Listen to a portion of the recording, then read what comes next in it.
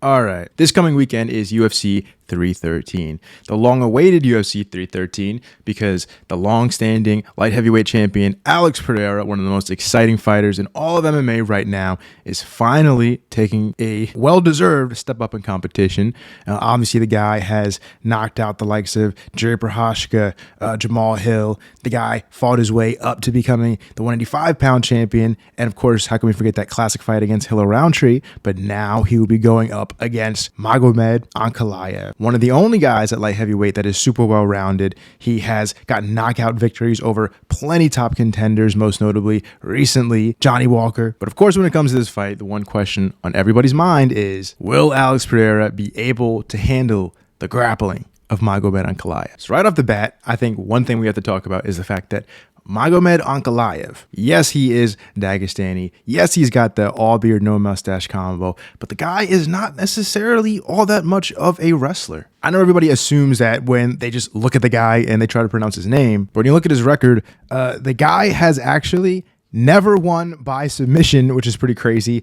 And his only loss on his record is the one loss via submission by Paul Craig. That was the one that happened at like the very last second of the fight. But other than that, he wins a good amount of his fights by decision, 9 of his wins, 45%.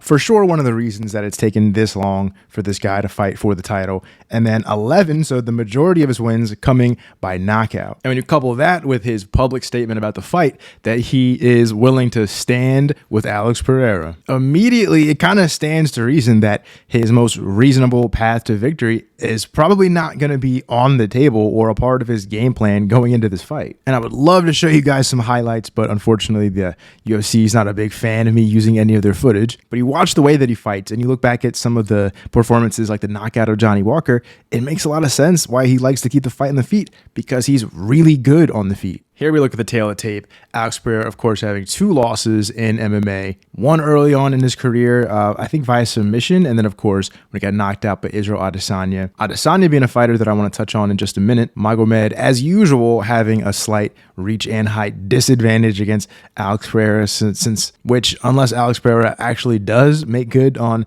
this theory or plan of him going up to heavyweight and fighting Aspinall, other than that, Pereira is always going to have these advantages against anyone else on the roster. Looking at the significant strikes, Alex Pereira has a pretty decent edge over Magomed in that department. And keep in mind the fact that when you look at the number right here for striking accuracy, Alex Pereira also has the edge right there. And that is, perfectly reasonable. Alex Pereira, coming from the kickboxing background, stands to reason that in almost every fight, he's going to be the better kickboxer. So all in all, it kind of looks like this could be yet another win for Alex Pereira. But there's a couple things I think we need to touch on. Alex Pereira is kind of in a weird situation. The guy is starting to get up there in age. I believe he's 37 years old right now. And as every MMA fan knows, this is a dangerous game to say the least.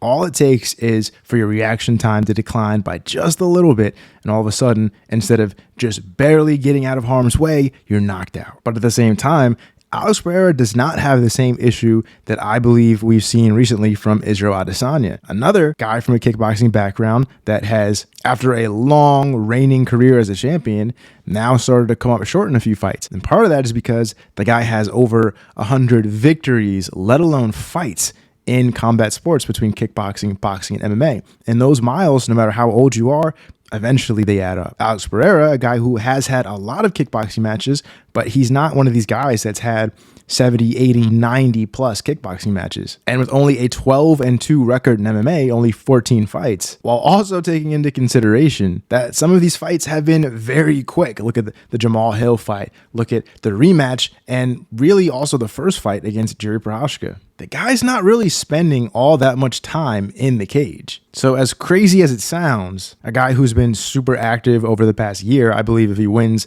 this is his 4th title defense in I think 12 months. He doesn't really have that many miles on him in the grand scheme of things. Alex Pereira has been spending a lot of time working on his grappling. mostly for this fight. And it's really hard to evaluate how good of a grappler Alex Pereira is. This is the same guy that got taken down by Israel Adesanya, a guy who is not a wrestler by any means, but also was able to wrestle up to his feet against Jan Blachowicz, who has a wrestling ability. He's not necessarily, I wouldn't look at him and say that is a wrestler, but the guy can wrestle, especially when you compare him to a lot of the other fighters in light heavyweight, which is a very striking heavy division. So in conclusion, in these kinds of videos, I like to end it with a prediction, but this one is just too close to call. I think this one is a legitimate coin flip. If I have to pick somebody, I would give a slight edge to Magomed Ankalaev. And that's because I think that Magomed's striking is severely underrated. And again, it kind of comes down to, Dagestani dude, no mustache and a beard. Everyone just assumes that they're a standout wrestler and that's their go-to game plan. But we looked at the statistics, and if you've watched the fights, you'd know the guy prefers to kickbox, even though he does have good grappling. I think Alex Pereira is a very dangerous guy to just stand and box and kickbox with. But again, you have to remember, Magomed has gotten this far while only losing one fight in a last-minute submission. Alex Pereira is not the guy that's going to submit him. And when you look at the way that Pereira was able to knock out guys like Jamal Hill and Jerry Prochazka, I think Jerry especially is just a wild card. Obviously with Jamal, there was the weird situation where the ref stopped in and then unstopped them real quick, and Pereira was able to step in and close the distance. I don't see Magomed being the kind of guy that's going to make really any strategic mistakes on the feet. I think he's going to play it safe enough and be aggressive at the right moments, where unless he gets caught by a big shot, which, against Alex Pereira, that's very much on the table. But again, unless he gets caught by a big shot, like a big left hook, I think that he is going to have the perfect balance of the threat of the takedown opening up the striking.